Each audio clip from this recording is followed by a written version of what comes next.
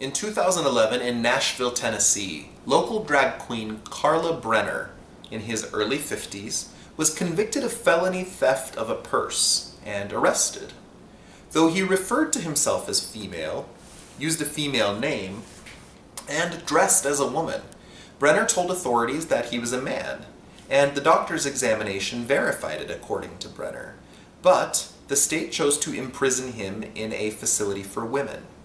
While incarcerated, Carla, who sometimes also used the drag name Lafonda Fuller, stated that he was placed with female inmates during strip searches and that he was forced to shower nude with female inmates. He states that when the women in the prison learned that he had male genitalia, they abused him verbally and physically, and he states that he was sexually assaulted on more than one occasion.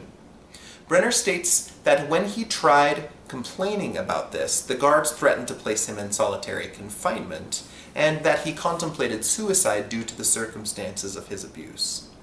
Brenner later got an attorney after 3 years in prison and a release, and he filed a $20 million lawsuit against the city of Nashville, arguing that they had known he was a man, but that they had discriminated against him by placing him in a women's prison willfully.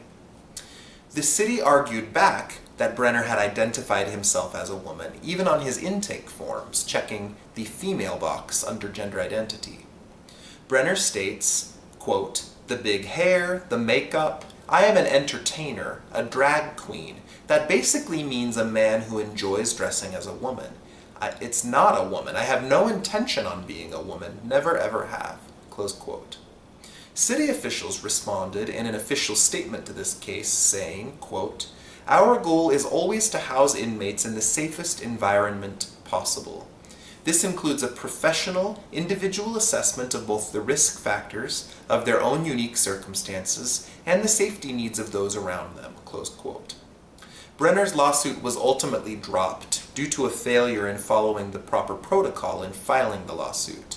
Ironically, other lawsuits were filed by female inmates from the institution who declared cruelty for being forced to be imprisoned with a male inmate.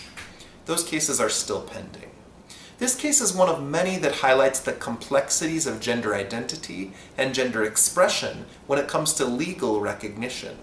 Ongoing debates about transgender individuals being housed in male or female facilities, and the subsequent risks and struggles for prisoners in these delicate situations interacting with various genders, including issues related to homophobia, transphobia, racial identity, sexual violence, and medical representation. And these are constantly being discussed in the media now. This is but one example of these complexities, showing that a man who dresses as a woman and calls himself a woman can still consider himself male. There are many areas to explore in the coming years legally on these topics.